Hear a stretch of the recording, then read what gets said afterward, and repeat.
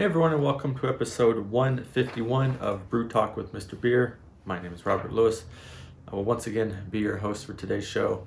As always, we appreciate you guys taking the time to tune in, watch our weekly videos, or somewhat weekly videos. Hopefully you're enjoying them as we continue to try and churn out new topics or reconfigure some old topics.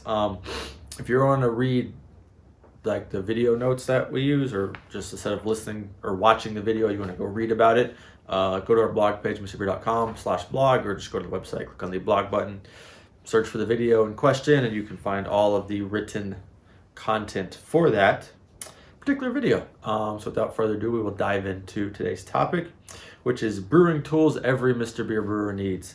If you're really looking to kind of hone in, crush your brewing process, create awesome quality beer every single time, we have some useful tools that you can use to help make the brewing process easier, a little quicker, help maybe make things a little more consistent and just smooth everything out for you. Help make your brewing day and your bottling day flow a little better. So the first tool I want to discuss is a hydrometer. This is useful as it'll help you calculate the ABV of your beer, and it'll also tell you when your beer is done fermenting, which is really cool.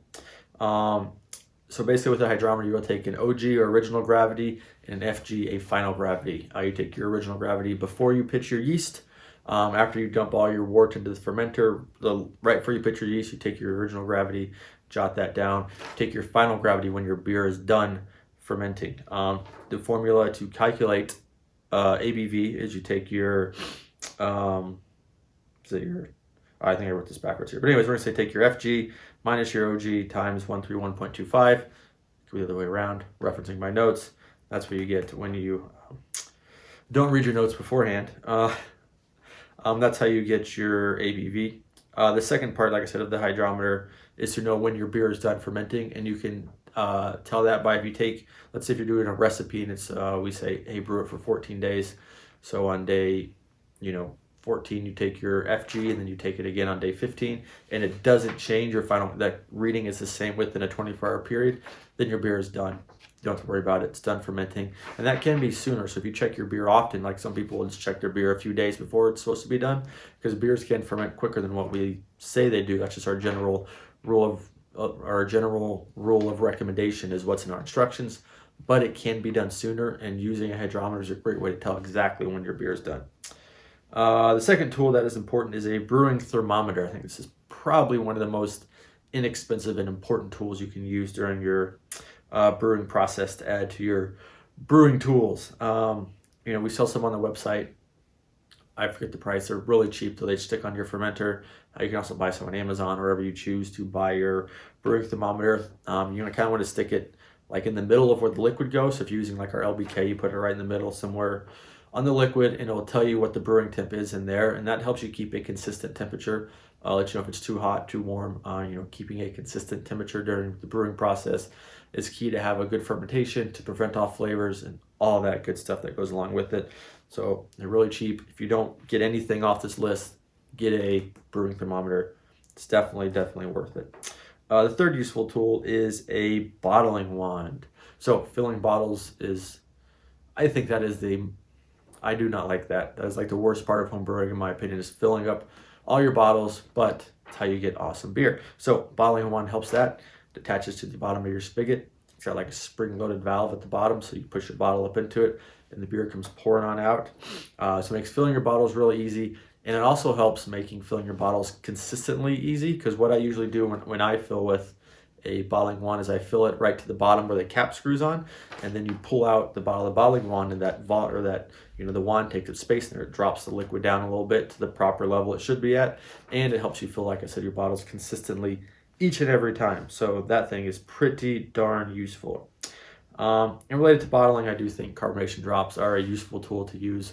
Adding sugar to each bottle can be a pain. Carb drops, depending on your bottle size or standard Mr. Beer bottles, you plop 2 in there, fill it on up, you're good to go. It's easier than trying to measuring out sugar.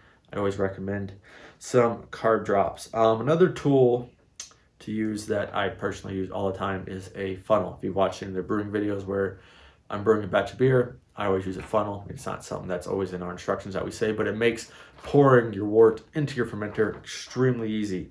I am known to always spill some wort. no matter what it is. I just can't get that dang thing to pour into that hole properly. So I use the funnel. Just make sure that if you're going to use a funnel, you sanitize it before you do so.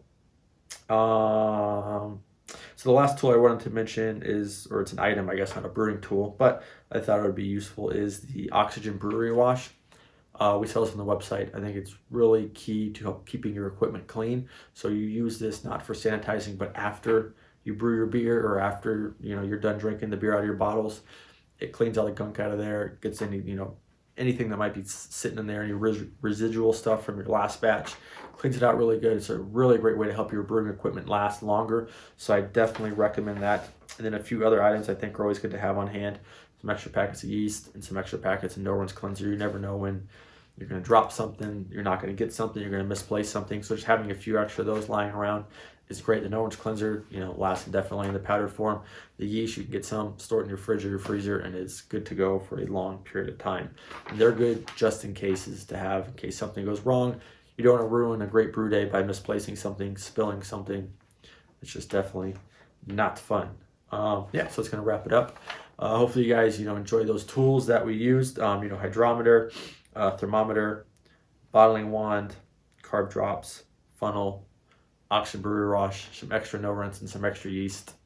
Really help add to your brewing arsenal and help make sure you're brewing good every single time.